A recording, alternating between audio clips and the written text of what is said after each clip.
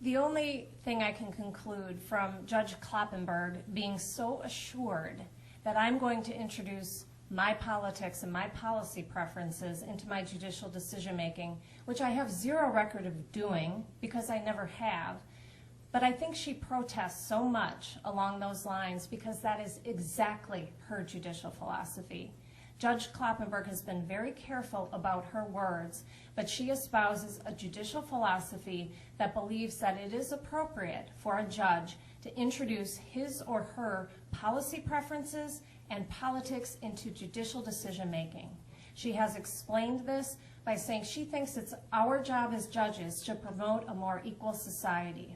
That's a very nice sentiment, but I'm not sure what that means, because somebody's idea, one judge's idea, of what is promoting an equal society can vary greatly from the next judge's idea of what it means to promote an equal society.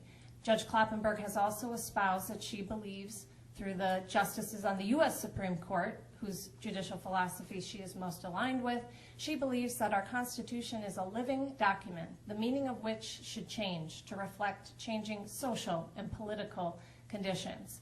That allows a judge, under that philosophy, to introduce her personal policy preferences and politics into her judicial decision-making.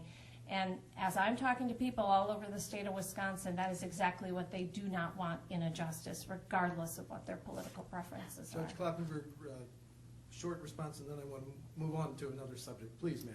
Well, I think we need to spend a little more time on judicial philosophy. What Justice Bradley says about my philosophy is nonsense.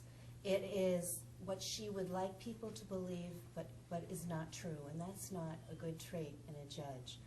I have a proven track record for 3.5 years issuing decisions as an appellate court judge that shows I'm an independent, fair, thoughtful, and principled appellate court decision maker.